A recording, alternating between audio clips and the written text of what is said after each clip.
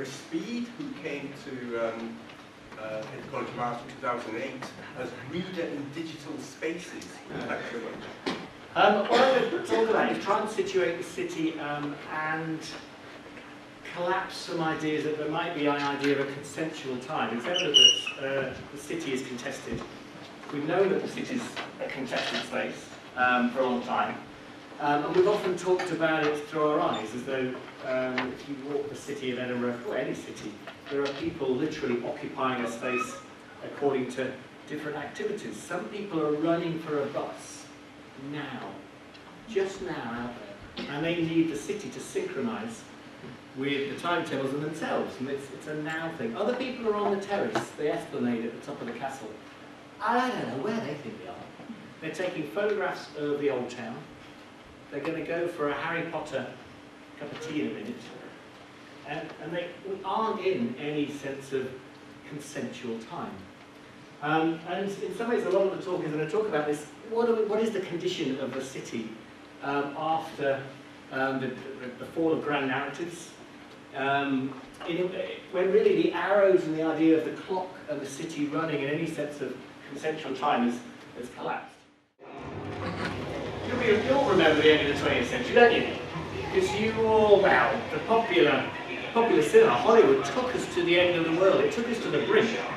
And cinema such as Armageddon, Independence Day, we had Will Smith saving the universe from aliens, we had Bruce Willis is going to stop us from asteroids, we had Morgan Freeman. Morgan Freeman pops up a lot of these.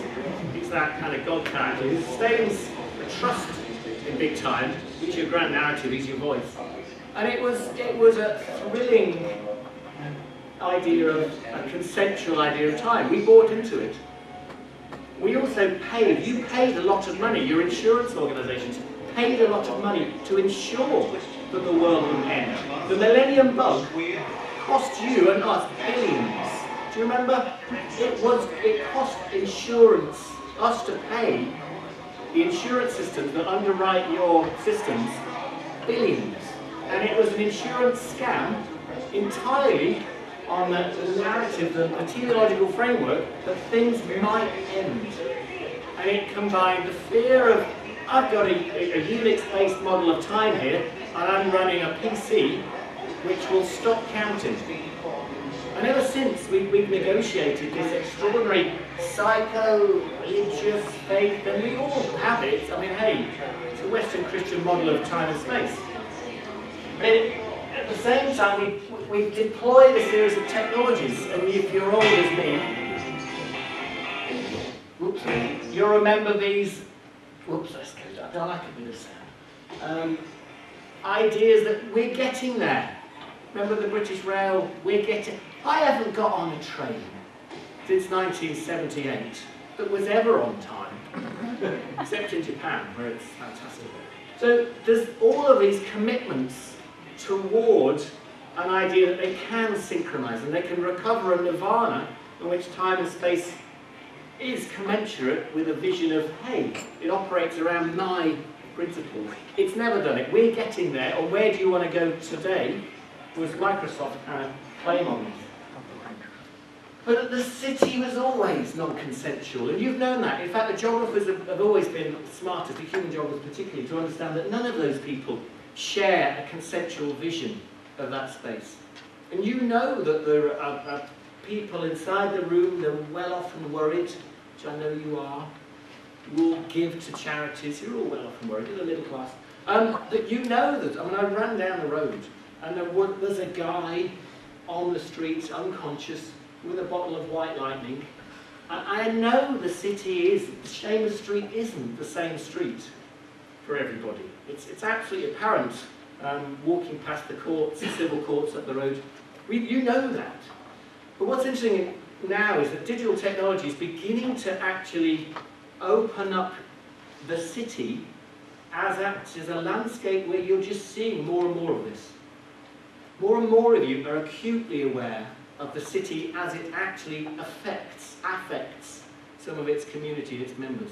And I think that's something that both the death of grand narratives, the collapse that we somehow are sharing a vision toward, and that we share a consensual time, but also the streams of media that we're getting is giving us clues. So this is just some kind of preface some of the work I did. This is through, it's like 10 years old now. I mean, did some very simple games in the early noughties where we, excuse the quality of the video, it's a bit, this is Plymouth. Plymouth was bombed by the Luftwaffe plans actually, through the city. I'm not sure who did more damage. I think it would have been the Abercrombie plans. But nevertheless, it was really damaged. And during that time, the city decamped to Mutley Plain. This is Mutley Plain.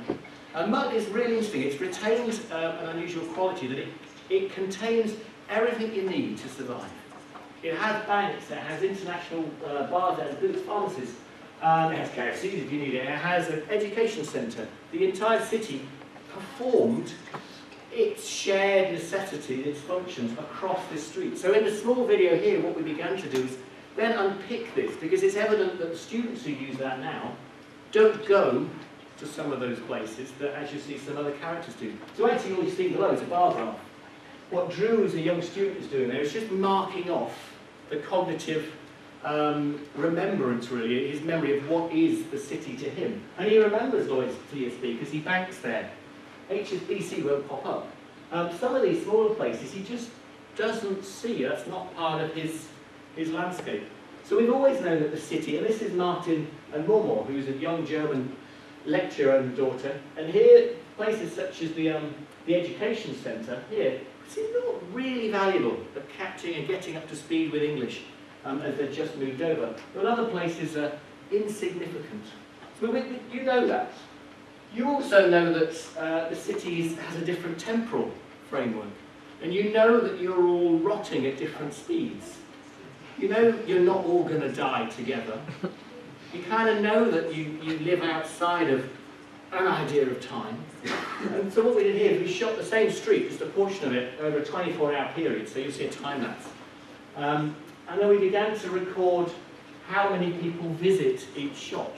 So you'll see that the post office is quite busy, actually. There's a lot of people going in and out. So it begins to have quite a fast time. As we move along, the charity shop is actually less busy. And you begin to construct a landscape that just gives clues to the idea that, as they say, the city is not consensual. You can no longer use your eyes alone to deal with the city as sharing a sense of time. And that people do perform heritage and act heritage out, while other people are right on the edge of a contemporary moment, a contemporary moment, a with time moment. So by playing it back together, just trying to just remind ourselves that this isn't a consensual time or place of the city. So playing them back together, the news agency is by far the busiest. It's always the social content, and the carpet is knackered, absolutely threadbare, because it's worn out. Other places are very slow. There's a disused shop there, out of time. So this is this context of heritage now. But increasingly, if those are people, some people outside, some people in here, the city is made up of these very, very complex temporal frameworks. And of course, this is extended through our use of digital media now. You know that when you boot up Google Maps on your phone, that you're not seeing real time. I mean, we worked in workshops with GPS devices on smartphones that tell you where they exactly are. And in Dundee, a participant in a workshop said, why isn't the red car on the map? I can see it. Good resolution as well. Is that an hour behind? It's 18 to 2 years behind, you know that. You've seen your own houses. But it's complicated because Google don't really tell you the time of the city. And when they shot Beijing, they hovered, they actually, the Chinese paid for balloons to be taken over the bird's nest, and they reduced it down to 2 months. So you actually, some of the outlying parts of Beijing are 2 years old. Some parts are very up to date and very, very actual. So, and I haven't done the research on the British Olympics, but is the ice cream van on the Google map? So, hey, I can find it. So we're beginning to perform and act out some of these very complex, unconsensual models of the city. At the same time, you're beginning to get visions of the city in real time from a distance. People are tweeting the city from a distance in as live as you can imagine real time might be. So I think it's this idea, as I say, there is no consensual city. It is very hard to hang on to a consensual model of heritage and time. It's simply collapsing in a wonderful way because it is absolutely contested. This is our hero in this instance. It's deja vu. And Denzel, he's going through his kind of trauma there as he wrestles with what we're going through as a community, that there are people in the city in different times. What his experiences, the FBI, the Men in Black, whoever these kind of strange technologists are, what they've offered him is a stream of data of the entire world, and they can bring back all the data feeds from all the security cameras and construct reality 36 hours ago. They can't get it in real time, but they can reconstruct the past in real time. And what he's experiencing, he's chasing a killer who killed someone 36 hours ago. So and it ends in tears and love, and it's a terrible movie. But increasingly this is your condition. You're walking around with very many complicated models of heritage, of time, of conservation, and many, many value sets. So as you see, and forget the drama, what he'll see, he's beginning to trace and chase. He's chasing someone 36 hours ago, but why not? Because we know that people are chasing the history of Edinburgh now as though it was 300 years ago. They're doing it now, they're out there, and they're consuming it, and the shops are selling it, it's commodified. So it's not actually that much of a science fiction. You're all able to move in these very complicated time zones, but digital media particularly is compressing them. So the real-time city is untenable. Count the amount of times in that landscape. It's very complicated, difficult to understand. And of course, but what's been really interesting after the millennium is that this has began to collapse. The advent of digital media, you really start to see a shift in popular movies.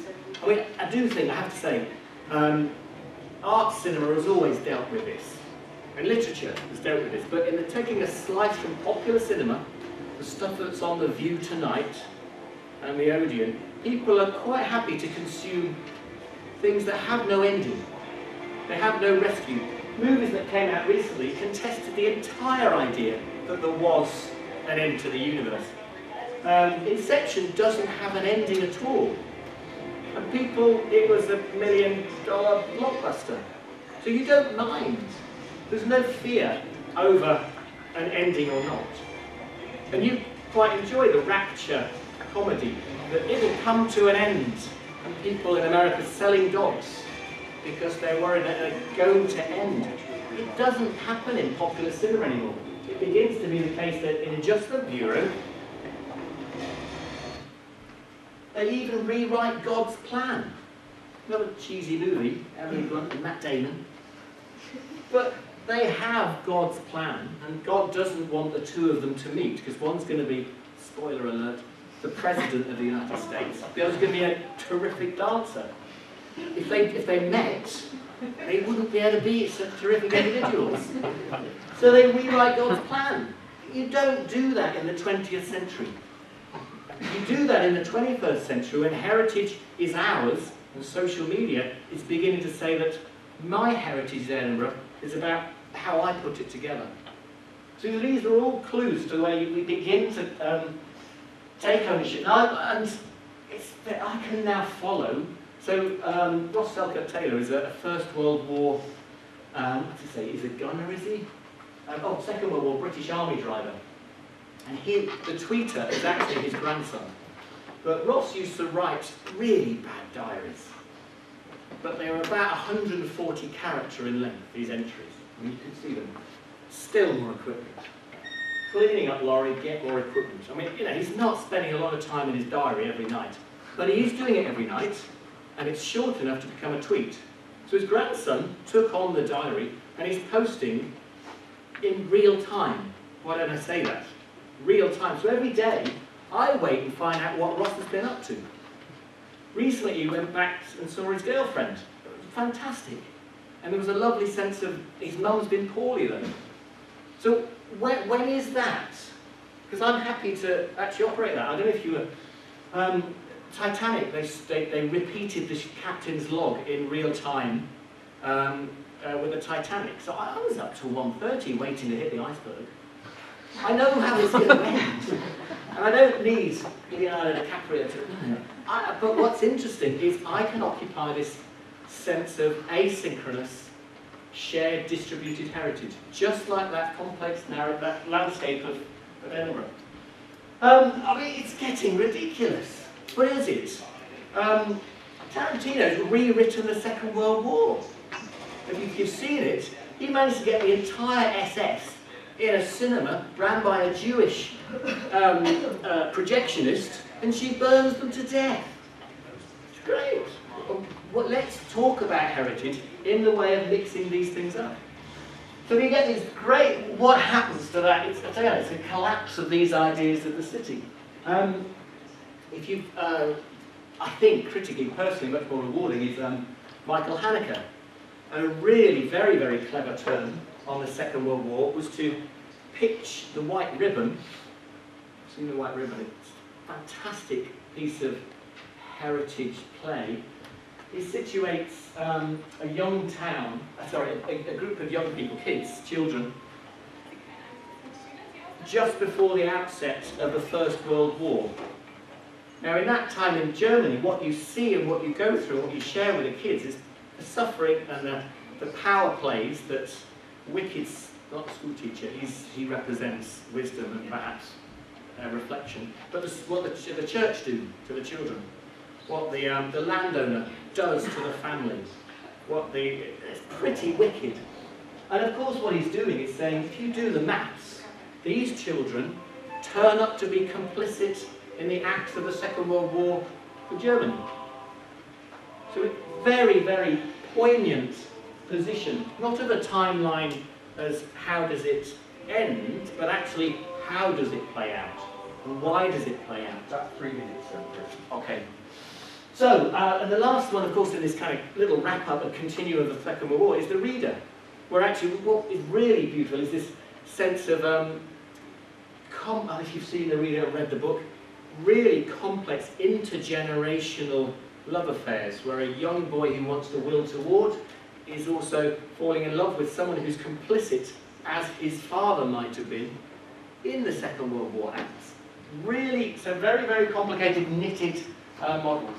So, James wanted me just to bring up this, perhaps the frame of an intervention we've had in Edinburgh, which is, along with Ian actually, and teams from the University of Edinburgh and National Library of Scotland, was to disrupt any idea that the city is in real time.